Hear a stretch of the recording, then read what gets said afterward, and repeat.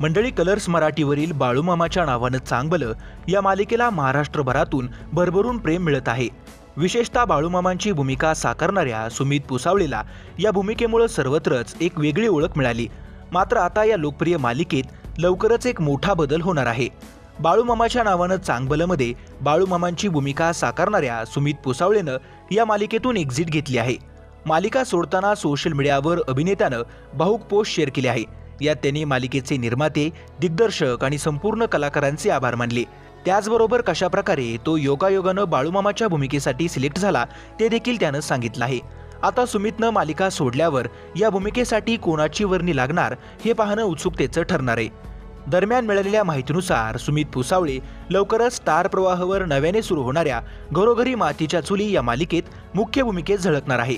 लवकरच याबाबत अधिकृत घोषणा करून प्रोमो शेअर करण्यात येणार आहे। याच मालिकेसाठी सुमितनं बाळूमामाच्या नावानं चांगभलं या मालिकेतून निरोप घेतला आहे।